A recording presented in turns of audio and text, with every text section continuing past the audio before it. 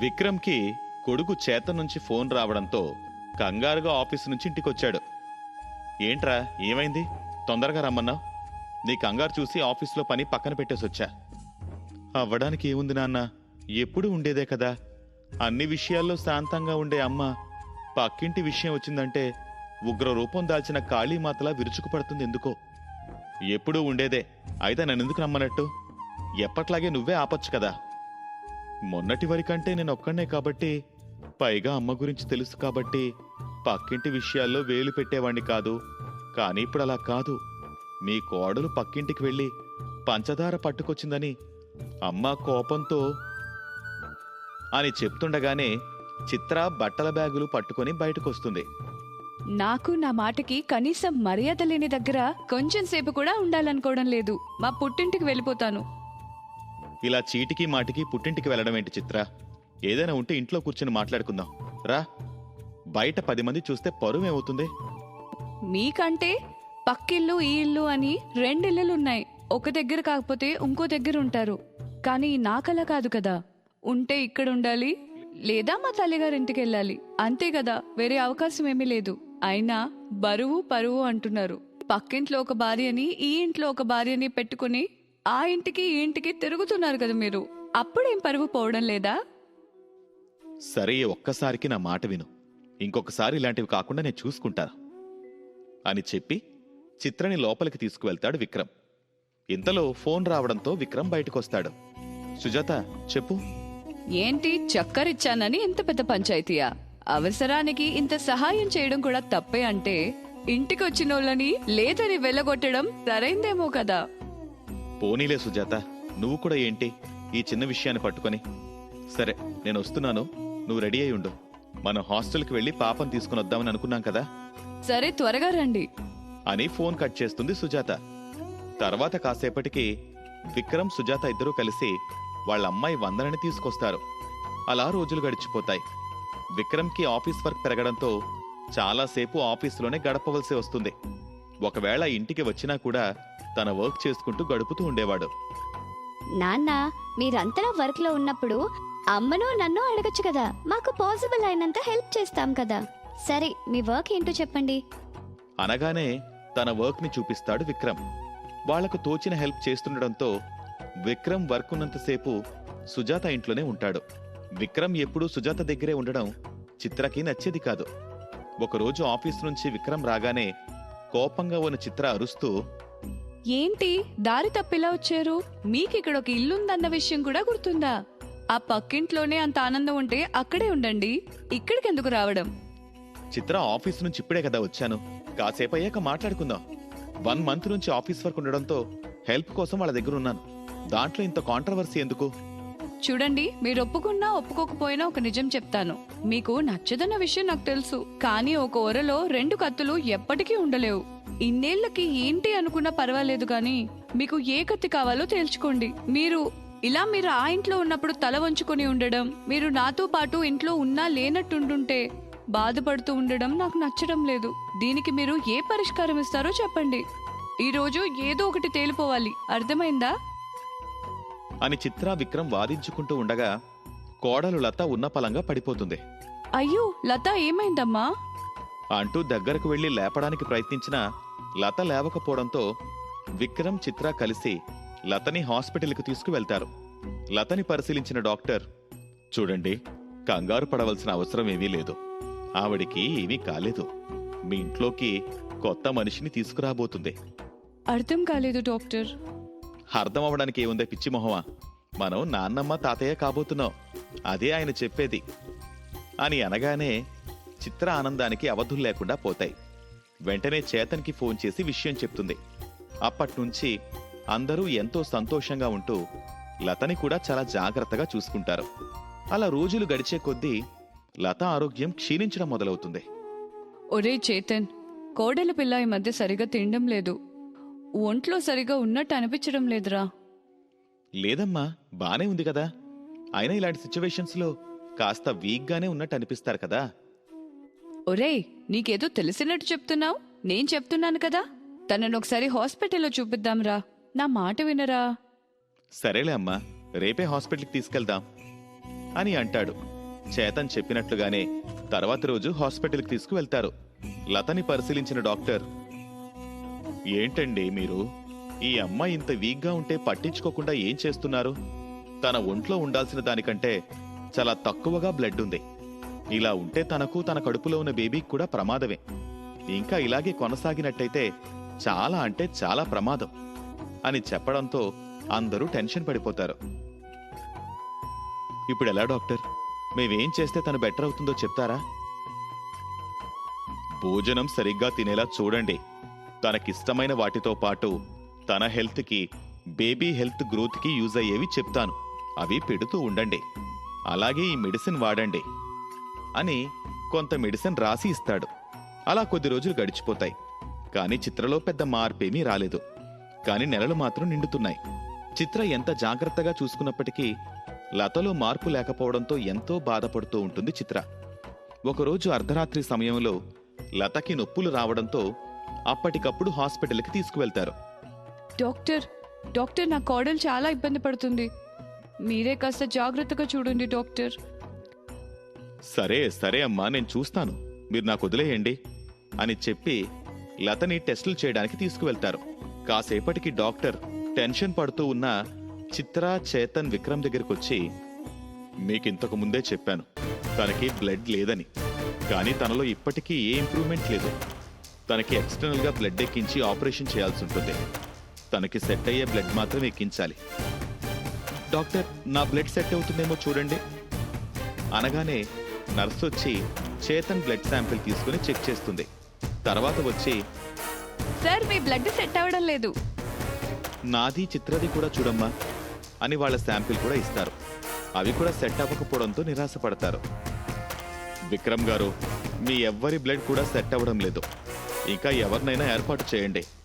ఈ టైంలో బ్లడ్ బ్యాంక్స్లో దొరకడం కష్టమే. వేరే ఏర్పాటు చేయండి. అట్లీస్ట్ 2 డోనర్స్ని ప్రిపేర్ చేయండి అని అంటాడు. విక్రమ్ చాలా మందికి ఫోన్స్ చేయడం ట్రై చేస్తాడు. కాసేపయ్యాక డాక్టర్ వచ్చి, విక్రమ్ గారు, మీరు పంపించిన 2 బ్లడ్ లతకి మ్యాచ్ అయింది. ఆపరేషన్ స్టార్ట్ చేశాం. ఇక మీరు రిలాక్స్ అవ్వచ్చు. తల్లి బిడ్డని క్షేమంగా మీ చేతిలో పెట్టే బాధ్యత నాది అని చెప్పి ఆపరేషన్ థియేటర్లోకి వెళ్తాడు డాక్టర్. ఆపరేషన్ అయిపోయిన తర్వాత డాక్టర్ వచ్చి, ఆపరేషన్ సక్సెస్, మీరు వెళ్ళి చూడొచ్చు అని వాళ్ళని లోపలికి వెళ్ళడానికి పర్మిషన్ ఇస్తాడు. చిత్ర తన మనవడిని చూసి చాలా ఆనందపడుతుంది. నా జీవితంలో అత్యంత ఆనందకరమైన విషయం ఏదైనా ఉందంటే అది ఇదేనండి. ఇంత సంతోషాన్ని మనకి పంచిన వాళ్ళకి ముందుగా థ్యాంక్స్ చెప్పాలి. లత ఆపరేషన్కి బ్లడ్ డొనేట్ చేసిన వాళ్ళని ఒకసారి కలవాలండి. కలిసొద్దామా? ఇంతకీ వాళ్ళెవరండి? చిత్ర, నువ్వు ఒప్పుకున్నా ఒప్పుకోలేకపోయినా నీకు నిజం చెప్పాలి. బ్లడ్ డొనేట్ చేసింది ఎవరో కాదు, వరలో 2వ కత్తి మరియు ఆ కత్తి కూతురు. మీకు ఎన్ని మనస్పర్ధలున్నా తనకి మాత్రం ప్రాణమే ముఖ్యం అనుకుందే. అందుకే నేను అడగగానే కాదనకుండా వచ్చి బ్లడ్ డొనేట్ చేసింది. లతది నీది రిలేషన్ మాత్రమే కావచ్చు, కానీ తనది లతది ఇప్పుడు బ్లడ్ రిలేషన్. నాకు తెలియకుండా నా చుట్టూ చాలా చేస్తున్నారండి.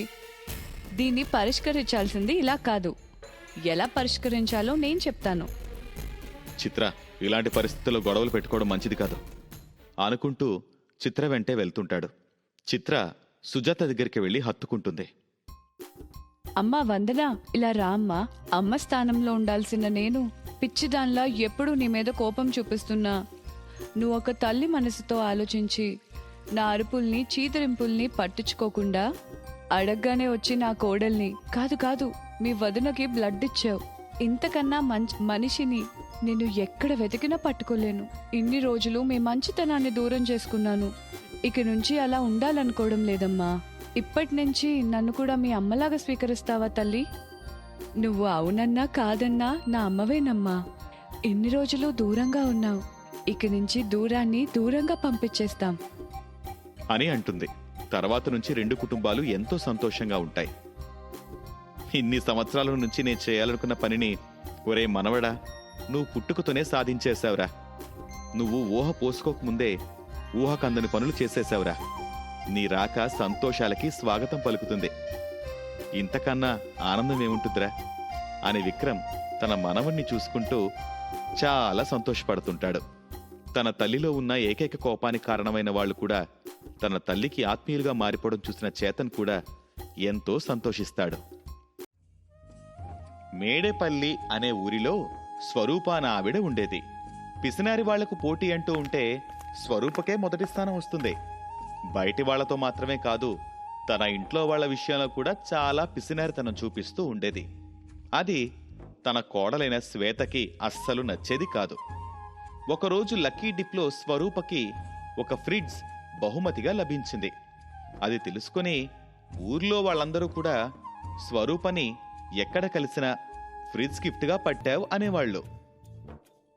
ఏంటి స్వరూప, లక్కీ డిప్లో ఫ్రిడ్జ్ తగిలిందంటగా? ఏది ఏమైనా నువ్వు అదృష్టంలో పుట్టి పెరిగావంటూ ఉన్నారు. కానీ స్వరూపకి తనకి లక్కీ డిప్లో ఫ్రిడ్జ్ తగిలిందని చెప్పుకోవడం ఇష్టం లేదు. హా, ఎవరు చెప్పారమ్మా మీకు నాకు లక్కీ డిప్లో ఫ్రిడ్జ్ తగిలిందని? అదేమీ లేదు. నేను ఎన్నో నెలలుగా దాచుకున్న డబ్బులు కూడబెట్టి కొన్నాను. మరీ మాకు అంత అదృష్టం లేదు అని చెప్పి ఇంటికి వెళ్ళి ఫ్రిడ్జ్కి నిమ్మకాయలు కట్టి దానికి దిష్టి తీస్తూ, ఊళ్ళో అందరి కళ్ళు ఫ్రిడ్జ్ పైనే. వామ్మో, వాళ్ళకెవరు చెప్పారో మనకి లాటరీ తగిలిందని అనుకుంటూ లక్కీ డిప్కి 3 సార్లు దిష్టి తీసింది. ఆ మరుసటి రోజు శ్వేత బయటకు వెళ్ళగా, ఏంటమ్మా మీ అత్తకి లక్కీ డిప్ తగిలిందని చెప్పావు? అదేంటి, మీ అత్త అదేం లేదు, తనే కష్టపడి కొనుక్కున్నాను ఫ్రిడ్జ్ని అని చెప్తుంది అని అందరూ అడుగుతూ ఉన్నారు. అలా అందరూ అడుగుతుంటే తనకి ఏ విధంగా సమాధానం చెప్పాలో అర్థం కాక ఇంటికి వెళ్ళి అత్తతో, ఏంటత్తమ్మా, ఊర్లో వాళ్ళకి ఈ ఫ్రిడ్జ్ మనమే కొనుక్కున్నాము, లాటరీలో ఏమీ రాలేదు అని చెప్తున్నారంట అని అడిగింది. అప్పుడు స్వరూప ఫ్రిడ్జ్ని అపురూపంగా తుడుస్తూ, మరే అలానే చెప్పాలి. నీకేమీ తెలీదు. మనకిది ఫ్రీగా వచ్చిందంటే ఇక అందరూ వచ్చి మన ఫ్రిడ్జ్లో అది దాచిపెట్టండి, ఇది దాచిపెట్టండి అని అడుగుతారు. అది కూడా ఫ్రీగా. అందుకే నేను ఇది కష్టపడి కొన్నాము అని చెప్పాను అని చెప్పింది స్వరూప. దాంతో శ్వేతకి ఏమనాలో అర్థం కాక అక్కడి నుండి వెళ్ళిపోయింది. ఆ మరుసటి రోజు శ్వేత పొలం పనులన్నీ ముగించుకుని అలిసిపోయి ఎండలో ఇంటికి వచ్చి చల్లని కూల్ డ్రింక్ తాగుదామని ఫ్రిడ్జ్ డోర్ ఓపెన్ చేసింది. అది గమనించిన స్వరూప పరిగెత్తుకుంటూ వచ్చి, శ్వేత, ఏం చేస్తున్నావే? ఏం కావాలి నీకు అని అడిగింది. శ్వేతకి స్వరూప ఎందుకలా టెన్షన్ పడిందో అర్థం కాక, ఏంటి, ఏమైందత్తమ్మా? ఫ్రిడ్జ్కి ఏమైనా అయిందా? దాహం వేస్తోంది, కూల్ డ్రింక్ తాగుదామని డోర్ ఓపెన్ చేశాను అని చెప్పింది. ఓ కూల్ డ్రింక్ తాగడానికా? ఉండు, నేనిస్తాను అని చెప్పి స్వరూప బాటిల్ ఒకటి ఫ్రిడ్జ్ నుండి బయటకు తీసి మరొక గ్లాసులో కొద్దిగా పోసి అందులో మామూలు నీళ్లు పోసి శ్వేతకిచ్చి తాగమని చెప్పింది. అప్పుడు స్వరూప చేసిన పని అర్థం కాక తికమక పడిపోయి శ్వేత స్వరూపని ఇలా అడిగింది, అదేంటత్తయ్య, అదే బాటిల్లో కూల్ డ్రింక్ తాగేదాన్ని కదా, మళ్ళీ వేరే గ్లాస్లో పోసారెందుకు?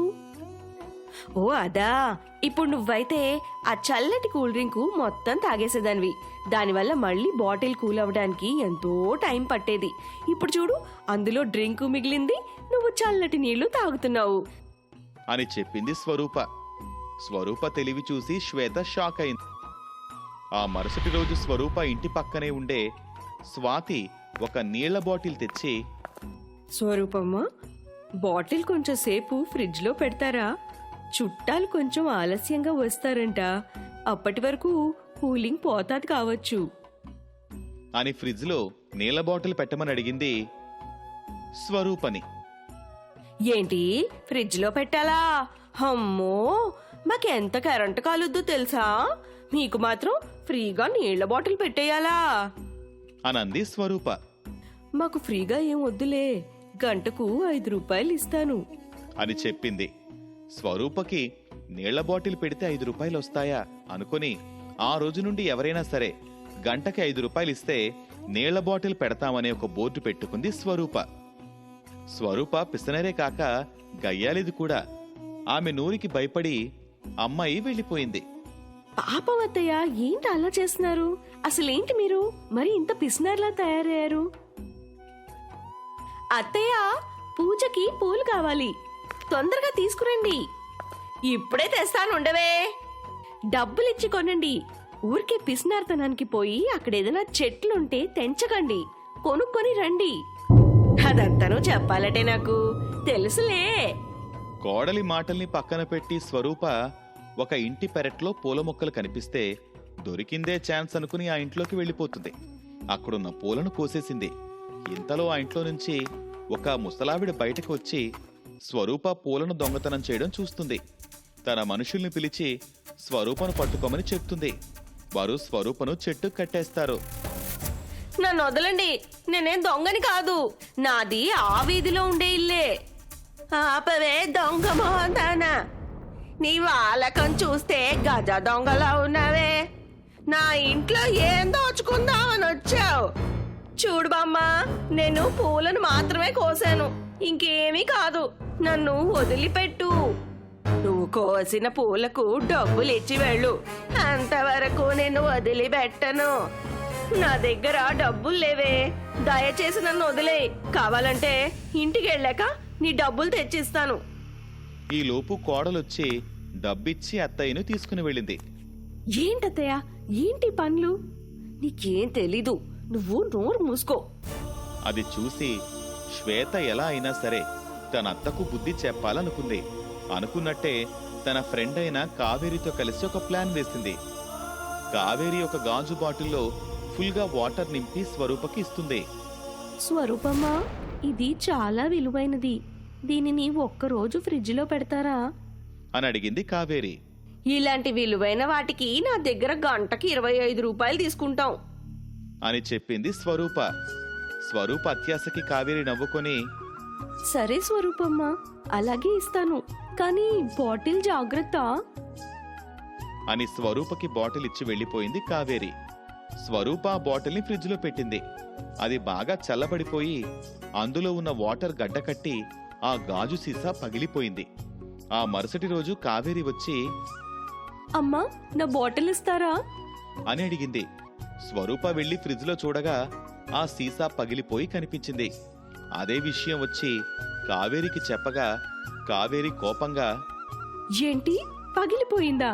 నేను మీకు ముందే చెప్పాను అది చాలా విలువైనది అని. ఇప్పుడే నేను పెద్ద మనుషులను పిలిచి నా నష్టానికి డబ్బులు కట్టించుకుంటాను అని అంటూ పెద్ద గొడవలు చేస్తుంది కావేరి. దాంతో స్వరూప కంగారు పడిపోయి, అయ్యయ్యో, దాని విలువ చెప్పమ్మా, ఇస్తాను, కానీ గొడవ చేయకు అని చెప్పి కావేరి అడిగిన డబ్బులిచ్చింది స్వరూప. మీ డబ్బులు ఎవరికి కావాలి? నా బాటిల్ నాకు ఇవ్వండి. శ్వేత వచ్చి నచ్చజెప్పింది. దాంతో కావ్య అక్కడి నుంచి వెళ్ళిపోయింది. నా పిసినారితనంతో నేను చేసిన తప్పులు ఇప్పుడు నా ఇంటి దాకా వచ్చి నా పరువు మొత్తం పోయింది. ఆ దెబ్బతో స్వరూప తన 5 రూపాయల బిజినెస్ ని ఆపేసింది.